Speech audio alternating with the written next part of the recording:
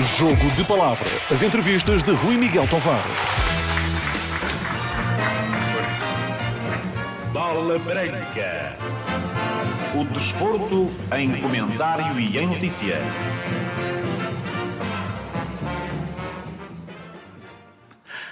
Olá, muito bom dia, bem-vindos a todos, obrigado pela vossa presença. Eu ia começar, não sabia desta apresentação do Frazão, mas ainda bem que ele vos pôs e me pôs também neste rótulo de 66 a 2016, porque eu queria começar com uma data muito interessante da vida de um dos presentes, que é o dia 19 de julho de 66, Portugal 3, Brasil 1, e queria perguntar primeiro ao Fernando Santos, nesse jogo do Mundial, onde é que estava? Se viu o jogo? Não vi. Vi, sofri, tudo isto aconteceu, não é? Tinha 11 anos, um dos meus ídolos estava lá, de infância, não? Aqueles grandes ídolos de infância. Cumprimentar também o António, que é um ídolo de infância, que comecei a vê-lo ainda na Liga na antiga Liga dos Campeões.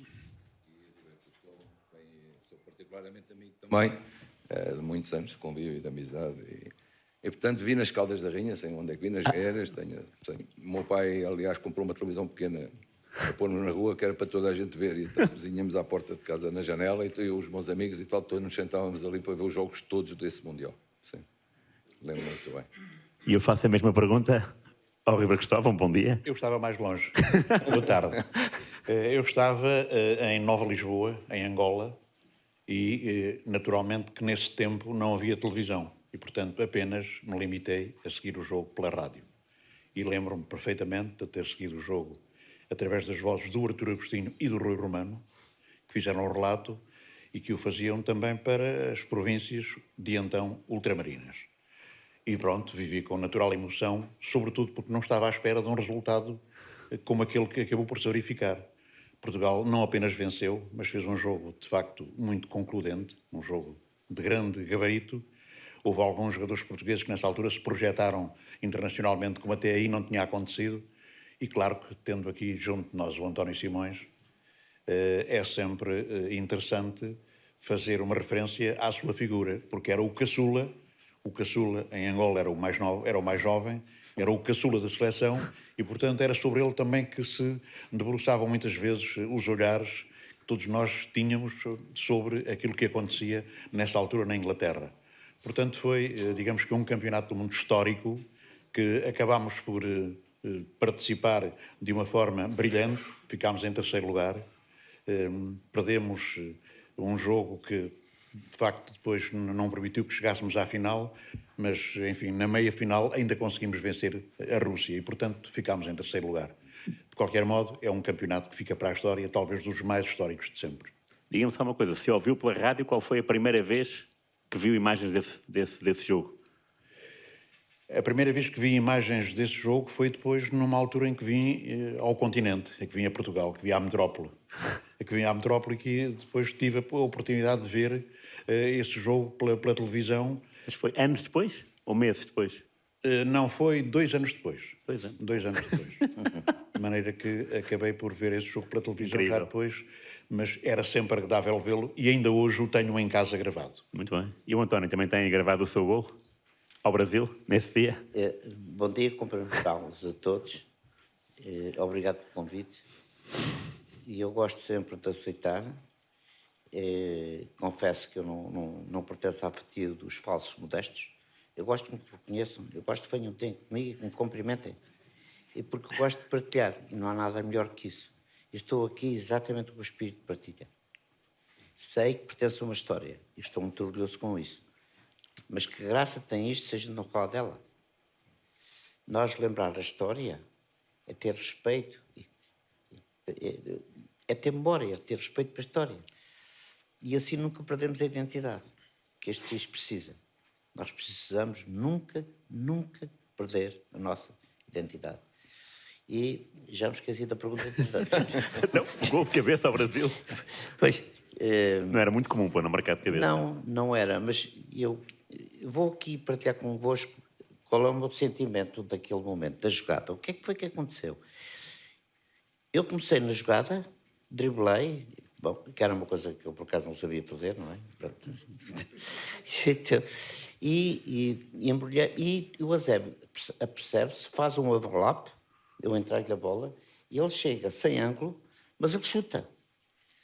E aquilo foi com tanta força que lá com o senhor Manga, guarda-redes do Brasil, bateu-lhe no peito e eu parecia que ia adivinhar. E cada vez que fez mais um lance, mais fico convencido que eu fiz exatamente aquilo que devia de fazer. Não é fazer aquilo que ainda não foi feito, isso é outra história. Mas fez um chapéu, fez um chapelinho, porque eu senti, a bola veio morta. Quando a bola vem morta, por mais força que ponha, ela nunca vai sair com força. E então, depois fiz lá um chapéuzinho e aquilo saiu muito bem. E confesso que é um momento único de estar num campeonato do mundo contra aqueles senhores brasileiros que tinham sido campeões do mundo em 58, tinham sido campeões do mundo em 62, então não é que eu vá e faça o gol de cabeça. Ora, que isto... E foi assim, e marcou, foi uma vitória fantástica perante o Brasil. Tínhamos tido um bocadinho de sorte com a Hungria. A Hungria tinha jogadores fabulosos. Vejam só, apenas um pequeno pormenor para partilhar convosco e dizer-vos. Vejam, as duas finais da Taça dos Campeões Europeus que o Benfica fez, os 5 golos que sofre, 2 do Barcelona, 3 do Real Madrid, são todos feitos por jogadores húngaros. Todos. Porque, na altura, os grandes jogadores da Europa eram húngaros. E nós apanhámos aquela seleção, eu vou dizer até os 4 nomes dos homens da frente. Vejam bem. Bené, Albert, Farkas e Rakuzi. Eu lembro-me de todos. Grandes jogadores, espalhados pelos grandes clubes da Europa. E foi, de facto, uma grande vitória. Eu não me quero estar a alongar, porque a história da minha vida é tão grande, eu estou a olhar os minutos, não vai chegar. 10 anos depois, em 76, há a grande coincidência de o António Simões e o Fernando Santos se encontrarem no mesmo clube, no Estoril. Encontramos antes. Foi? Antes? Foi. Sim, porque em 72, 73 no Benfica. No Benfica. Muito bem. Pois, E o António era, pronto, era o Sr. Simões, não é? Na altura era assim que funcionava, mas tive o prazer de partilhar com ele os treinos, não jogava, mas pronto, que eles eram tantos e tão bons que quem subia dos júniores tinha dificuldade, mas tive o prazer de partilhar e jogar com muitos depois no Campeonato de Reservas, na altura no Campeonato de Reservas. E depois tive a felicidade de ser colega de equipa, e efetivamente colega de equipa no Estoril em 1976, sim, quando o António regressou e depois esteve durante um ano comigo na equipa do Estoril, sim. Com um dos heróis também desse Mundial 76, o José Torres, Sim, fazia parte dessa equipa a jogar ainda. Não, é o José Torres que me faz um cinema para casa, através do João Lasfé. Sim. Ele faz-me, não vais aqui dar uns toques comigo no Estoril, dizia ele. E então vou fazer uns golinhos de cabeça, vais lá, centras e eu. Estas coisas que a gente diz, não é, por trás, mas muito engraçadas, que é verdadeiramente o lado bom do futebol. E isto que estamos a falar é o lado bom do futebol. Eu estava aqui a tomar a atenção das pessoas que aqui estiveram antes, que é muito importante as parcerias. Deixem-me aqui partilhar convosco, eu vivi quase 20 anos nos Estados Unidos, e há 50 anos. Onde é que havia parcerias em Portugal há 50 anos? Nem sequer havia o nome nas camisolas dos jogadores. Havia 0. Completamente. E eu vinha de lá cheio e comecei aqui a falar. Tive uma certa dificuldade sem me entenderem. Eu não sabia se estava a falar português ou não. Eu estava a falar de coisas que... Então, aqui reparei na conversa anterior, nunca foi mencionado aquilo que é a maior ausência grave do futebol português, que é a cultura desportiva. Não ouvi nada referente a isso. É muito importante, quando nós estamos a falar de parcerias, e quando aqui se falou do entertainment, ainda não existe o entertainment. Não existe, de maneira nenhuma, outra cultura que não seja a cultura clubista. Não há cultura desportiva. Percebam isto. Por amor de Deus, há 50 anos que vou dizer a mesma coisa, mas deve ser por causa da minha altura, ninguém me ouve. Deve ser por causa disso. Mas ainda bem que fala disso do nome das camisolas, porque foi precisamente no Estoril o António Medeiros que introduziu o nome das camisolas, os nomes juntamente com os números nas camisolas. É verdade. E aí foi com o Fernando. Aí já era só o Fernando Santos na equipa, o António já não estava lá, ou ainda não estava. Acho que não, mas Eu é acho melhor que é ser nessa o Fernando a altura, responder, porque a minha memória... É nessa altura, sim. Mas quem é que era o António Medeiros? Que personagem era? Era uma personagem mesmo. Extravagante. Era extravagante. Ele e Meirinho eram, na altura, Exatamente. era uma novidade, não é? Em termos da forma como lideravam, como comunicavam, como... E o António Medeiros, na realidade, fez duas coisas que nunca tinha acontecido em Portugal. Uma foi, na realidade, introduzir o número nas camisolas, o que era muito difícil, porque naquela altura jogava-se de 1 a 11. 11.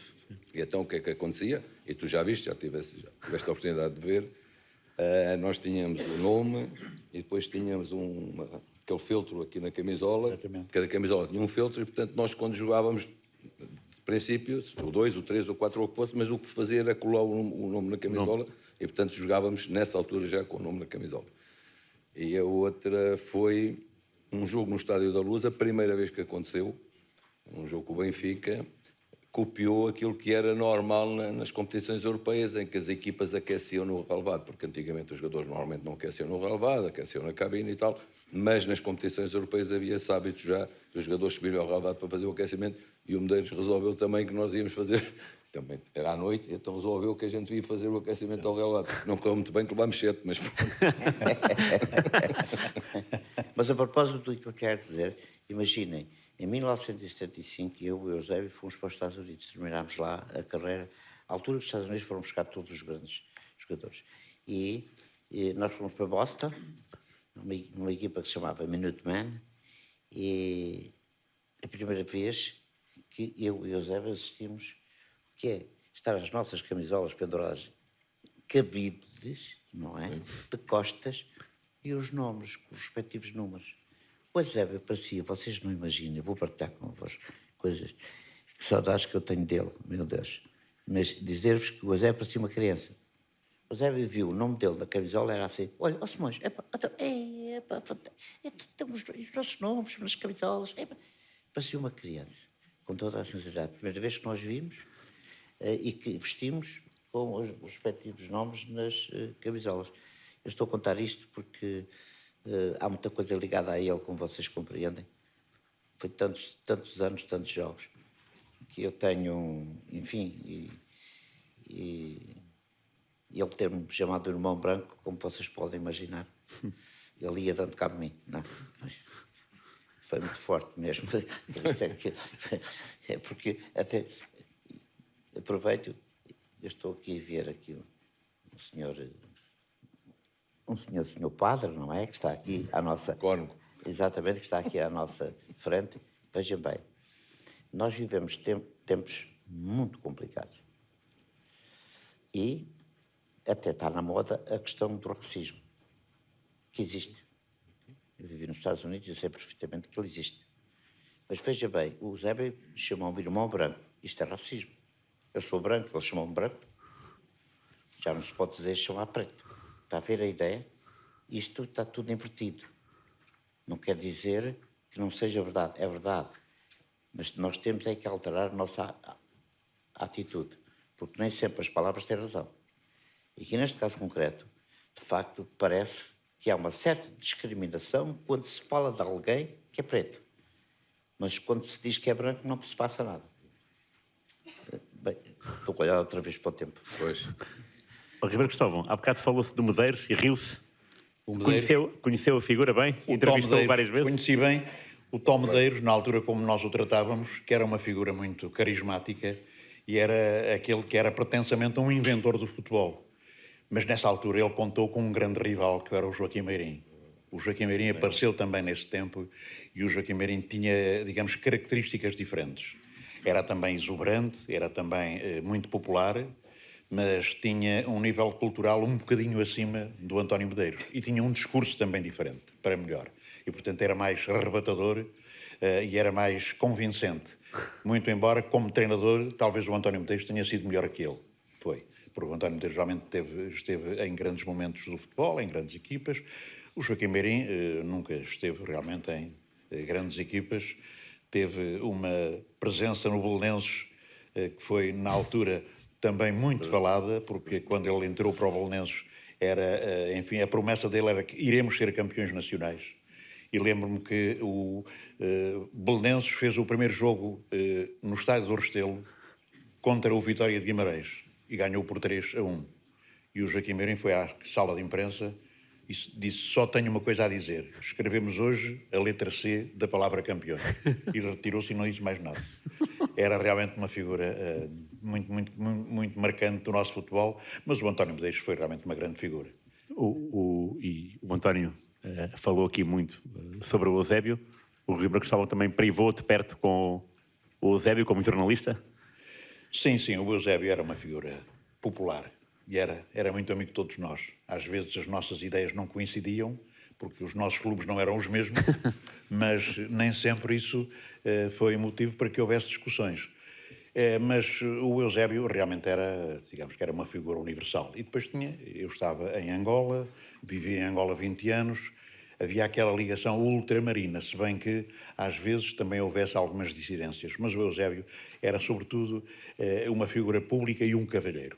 Era agradável para toda a gente, falava com toda a gente, gostava de ter relações com toda a gente, e foi assim que ele esteve durante muito tempo entre nós, e foi assim também que ele optou por continuar em Portugal depois da independência de Moçambique. Muito bem. O Fernando Santos há pouco falou e retificou bem que esteve no Benfica e que participou nos treinos, portanto apanhou o Eusébio a treinar, que tal?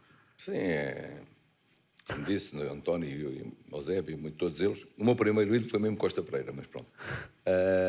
Mas tive depois a oportunidade, para além disso, de me tornar grande amigo do Sr. Ferreira, com quem almocei muitas e muitas vezes, porque o Martino era como irmão dele também, e, portanto, durante muito tempo juntos até o fim, quase a partir de quase todos os meses, uma, duas vezes por mês, a gente almoçava juntos. Portanto, é alguém que eu guardo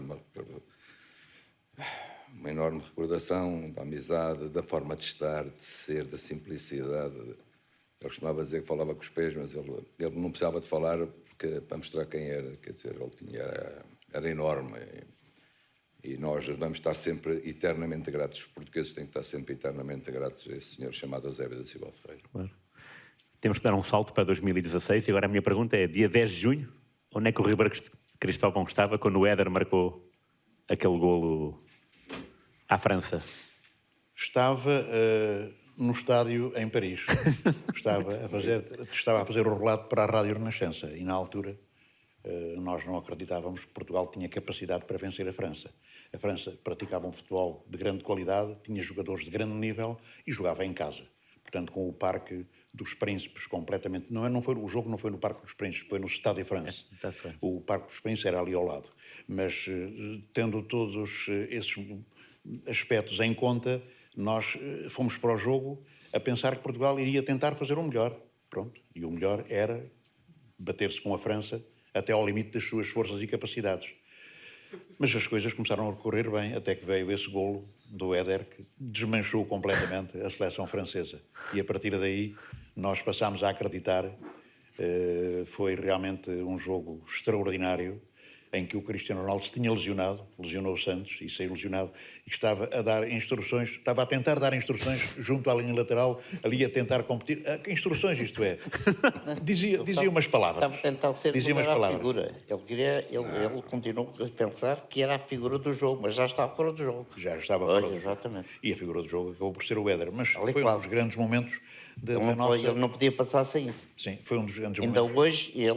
Ainda hoje ele joga, não é para ganhar, ele joga para ser a figura. Pois. Está a perceber que é o contrário do Sr. Eusébio. Sim. Vamos dizer as coisas como são, eu não tenho nada contra, era o que faltava agora, o que eu... Olha, continuo a ver bem, não preciso de óculos. Os ouvidos continuam a ouvir. O neurónio continua a trabalhar. Peço desculpa. É que eu não consigo fugir à realidade dos factos. Okay? O senhor Cristiano Ronaldo, nesse jogo, não tem nada que se pendurar no treinador. Não tem nada que o fazer. Claro. Não tem nada que se mostrar para a televisão. Está a compreender? Mais, imagine, se nós não tivéssemos ganho, que Deus Nosso Senhor trouxe o Éder graças ao que ele fez, ele é que pensou no Éder. Claro, está a ver? Claro. Quem é que o pôs no jogo? Não foi ele? Pois. Então ele é que tem o mérito. Está a ver? Exatamente. Mas se por acaso tivéssemos perdido, sabe o que é que iam dizer? Sabe o que é que iam escrever? é que a infelicidade do Cristiano Ronaldo se ter magoado. Vocês ouçam o que eu lhes vou dizer. Peço-vos, ok? Encarecidamente, e eu digo isto de coração aberto. Quando se perde um jogo, o melhor jogador é sempre aquele que não jogou. Nunca se esqueçam. E quando você ganha o jogo, o gajo que não jogou, nem quem se lembra dele, metam isto na cabeça. Está aqui um treinador. Eu não fui assim grande treinador, porque não tive muita paciência. Mas aqui teve um treinador com sucesso. E isto é verdade. Meus caros amigos, isto é verdade. O futebol é isso mesmo, não é outra coisa. Está a ver?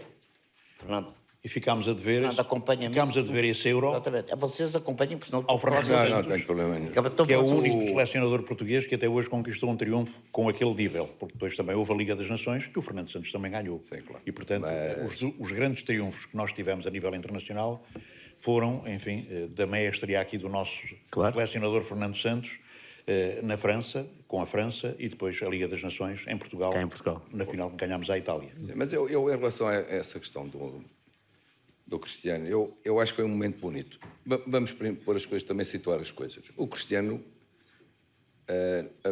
na segunda parte do jogo, não esteve lá, porque ele estava no não teve balneário. Estava no balneário. Ele estava no balneário a ser tratado e tal. Depois, quando vamos ao prolongamento, ele vem para cima, a chegar e tal. Mas o que ele tentou fazer era... Eu já estava muito cansado de falar e os jogadores já me ouviam mal e, portanto, eu dizia uma coisa e ele era caixa de ressonância, né? E ele gritava mais alto ainda, que era para eles ouvirem.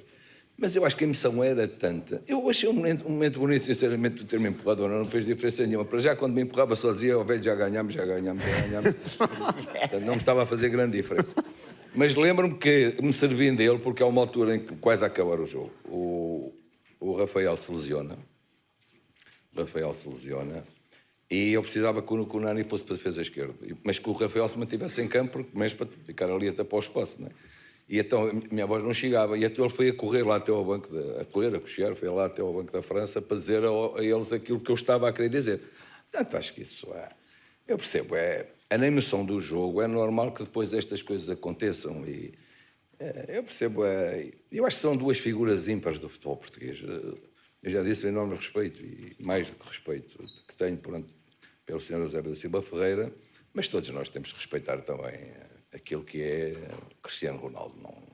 E todos temos que ter esse respeito e compreender que estamos a falar de dois dos melhores jogadores do mundo de sempre.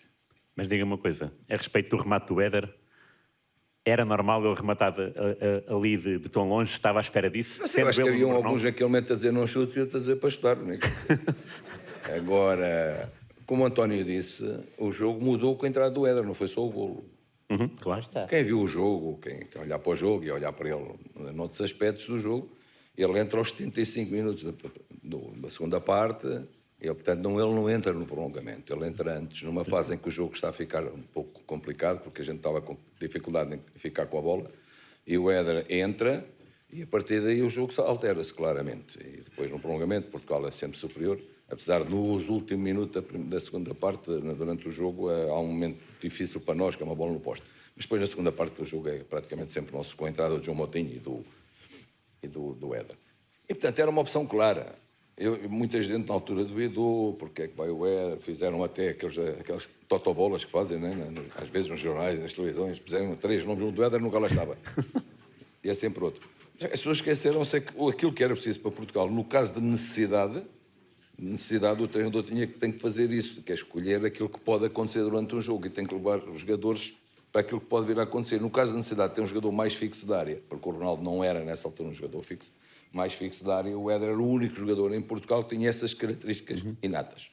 Eram mal comparado, porque o Zé era o bom gigante, mas mal comparado era esse tipo de jogador. José Torres, ok. O António estava onde a ver o jogo? Portugal-França. Eu vi em casa. Eu vi-me isso de mim. Eu vim em casa, estava a ver o jogo. Fiquei todo contente, como é lógico, não é?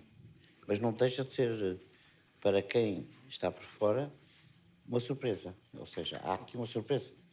E isto deve-se à leitura do treinador. Porque o treinador às vezes atrapalha. É ele que faz às vezes atrapalha. Às vezes o treinador atrapalha. Mas ele não trabalhou, ele descobriu. Porque estas coisas, numa vez que se trata de o futebol é um desporto aliciante, mas também é muito desesperante, tem momentos, e muito incerto, não é? Quer dizer, o treinador é quase como uma caixinha de que acerta ou não acerta, não é? Se faz a substituição e o jogador, como foi o caso, fez o que fez, pá, o melhor treinador do mundo, pá, és o melhor treinador do mundo. Quando as coisas não acontecem, pá, eu vou dizer isto com toda a sinceridade. Eu fui jogador, eu nunca precisei de um treinador que me dissesse a mim como é que tinha que jogar. Eu vou aqui partilhar convosco 1965, Bratislava, ex-Checoslováquia com Portugal. Começou o jogo aos 20 e tal minutos, estávamos a jogar com 10. Fernando Mendes, que era jogador do Sporting, sofreu uma entrada terrível, fez uma ruptura de ligamentos. Penalti contra Portugal, já Pereira resolveu defender. Veja bem, isto tudo. E chega o intervalo com 10. Não havia substituições na altura. E o senhor Autoglória era o treinador. Não sei se por esse cara ele estava cansado. Não? O Fernando, ele estava cansado, começou a fazer uma palestra individual, cada um. Tumba, tumba, tumba. Eu era o ponta esquerda, era o último. Ele devia estar cansado e ele virou-se para mim, isto está gravado, isto é verdade, virou-se para mim e disse assim, e você, guri, o miúdo em brasileiro, não é? E você, guri, olha, vou dizer uma coisa para você, você vai jogar como quiser. Epá, eu cresci quase 2,14 m, epá, este gajo. Mas, portanto, vejam, porque nós estávamos a jogar com 10, ele depois até terminou. Você vai jogar por 2 e por 3 e por 14. Aí fiquei, eu tinha 20 anos, era uma criancinha. O que é que eu quero dizer com isto? Que o treinador é importante, com certeza que é, e hoje mais ainda, porque tem dentro do seu balneário 3, 4, 5, 6 diferentes nacionalidades. Pede-se ao treinador que fale todas essas línguas? Não, não é isso que se pede. Mas tanto se fala de lideranças para aqui, lideranças para lá, o que é importante é que o treinador perceba que tem uma linguagem universal, que é essa que deve usar. Porque tem lá aquelas diversas personalidades. Agora, isso requer, exige que o treinador seja muito mais culto, porque tem que perceber as diversas culturas que tem dentro do balneário. E isso ele tem que saber. Porque muitas das vezes tem que falar individualmente com os jogadores. Esta é que é a grande questão. Agora, quanto ao resto, meu Deus do céu, então os jogadores não sabem como jogar? Então os jogadores não têm que saber que têm que ter uma boa relação com o jogo? Esqueçam só a relação com a bola. Não chega a ter relação com a bola. Se o jogador não tiver relação com o jogo, não vai jogar bem. E, portanto, eu estou a olhar outra vez para o tempo. Eu pus pilhas novas, vocês desculpem. O António fez o relato do jogo, do gol do Éder. Sim, sim, sim. Quando é o golo, é mesmo o António que está a relatar? Sentiu, quando a bola saiu dos pés do Éder, o que é que... Na altura, misturámo-nos. Estávamos dois a fazer o relato para a Renascença e misturámo-nos porque a alegria foi tão grande, porque, para além de inesperada, era, digamos que, um golo contundente para com os franceses, que nos tinham tratado com alguma arrogância e que, sobretudo, tratavam com muita arrogância os imigrantes portugueses residentes em França. E, por isso mesmo, eu entendi aquele golo como um golo extraordinariamente importante, o mais importante de sempre. Porquê? Porque também sabia que no dia seguinte, nas empresas onde os portugueses trabalhavam, a linguagem ia ser diferente do que aquela que os franceses estariam à espera. Os portugueses entraram de peito cheio nas empresas e nos empregos que tinham em França e aquela vitória foi, sobretudo, e também para eles. Foi muito para todos nós, mas foi particularmente para eles porque a viveram muito intensamente e, atenção, e o Fernando Santos já disse perfeitamente, melhor que eu, acompanharam a seleção portuguesa do primeiro ao último minuto da nossa estadia em França. Parecia que estávamos em Portugal. Andavam em carros, em automóveis, em autobus, juntos, atrás da seleção, nunca largaram a seleção. E eu achei que isso foi também um prémio, sobretudo para eles. Já agora, os dois do relato, quem era? O Ribeiro Cristóvão e mais quem? Era eu e o Pedro Sousa. Muito bem. Muito Exatamente. Bem. E quanto tempo demoraram até recomeçar o relato? Foi enquanto o fogo permitiu. Na altura nós fazíamos muito, digamos que essa contabilidade. Fazíamos muito o tempo em que demorávamos a relatar os golos. E qual é o recorde? Não tenho memória disso, mas há recordes seguramente disso. Mas na altura fazíamos todos muita questão de prolongar, enfim, o relato do golo. Mas claro que os golos também não eram diferentes em muitos estádios, não é? Um golo num Sporting Benfica era diferente de um jogo do Sporting Cascalheiro, não é? Não era a mesma coisa. E, portanto, os golos tinham essa... Eu vou aproveitar a sua deixa, porque eu tenho que baralhar, vocês... Força. Então, veja bem, este senhor falou de uma coisa que é a única coisa no futebol que não tem defeito. O que é que será? O que é que será que é a única coisa no futebol que existe que não tem defeito? O meu amigo acabou de falar. E sabe porquê? Porque disse que o golo, da importância que o golo tem. O golo não tem sempre a mesma importância, mas vale sempre o mesmo. Sim, claro. Okay? Porque é a única coisa que não tem defeito. Agora, há golos, como esse do Éder, que teve uma importância maior, mas e valeu um título, não é verdade? Mas o golo tem diferenças no seu valor. Está a compreender? Na sua importância. Queria só partilhar convosco, porque já ficam a saber que a única coisa no futebol que não tem feito é golo. Se alguém vos perguntar, quando forem ao colégio, olha, diz-me lá, vocês já sabem. Olha, vão dizer, por favor, digam-me o que eu disse. Muito bem. Aqui estamos. O António também relatou o Portugal-França de 84 e de 2000, 2006, não? Jogos também. Sim, estive praticamente nesses grandes momentos todos. Portanto, esse 2016 também foi um libertar de emoções. Estive, inclusive, também no Mundial do México, não é? No Mundial do México, esse foi catastrófico, esse Mundial. Não convém muito... Mas foi divertido jornalisticamente, imagino. Sim, isso foi. Então, isso é que conta também, não é? Nós tínhamos notícias todos os dias. Notícias das mais diversas formas, tínhamos notícias todos os dias. Só que havia também depois um problema que era a decalagem, porque eram mais 7 horas em Portugal do que lá. Às vezes as coisas lá aconteciam às 5 e 6 da tarde e cá já eram 2 da manhã, e as notícias não tinham a mesma retumbância que tinham, enfim, quando jogos realizados na Europa. Mas estive nestes grandes momentos e tenho, de facto, boas e gratas recordações. Não tenho vídeos disso, mas tenho gravações de rádio que ainda hoje conservo. Muito bem, boa. Última pergunta para o Fernando Santos. 10 anos depois, o que é que vem à memória desse dia 10? Desde o acordar até ao adormecer. Não, foi um dia, obviamente, tenso. Mas em que fiz as minhas rotinas perfeitamente normais, aquilo que costumo fazer ao domingo sempre faço, que ir à missa de manhã, como sempre fiz. Portanto, depois a preparação para o jogo, pensar o que é que ia comunicar aos jogadores e procurar tentar proveito daquilo que era alguma arrogância da França naquele dia, não é? E, portanto, criar condições para que se concretizasse aquilo que eu tinha projetado.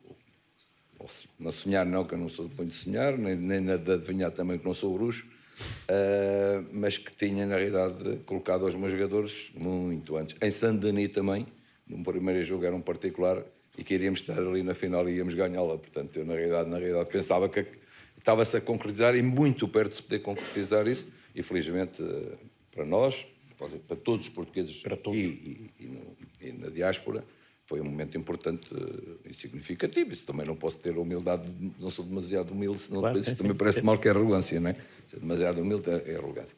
Portanto, tenho a consciência disso. Agora, se me perguntar, já me fizeram essa pergunta muitas vezes, o que é que me aconteceu, o que é que foi depois, como é que eu senti, como é que reagi, não me lembro nada. Só me lembro de uma coisa, que era eu queria ir ter com a minha família para festejar com os meus filhos e não me deixaram.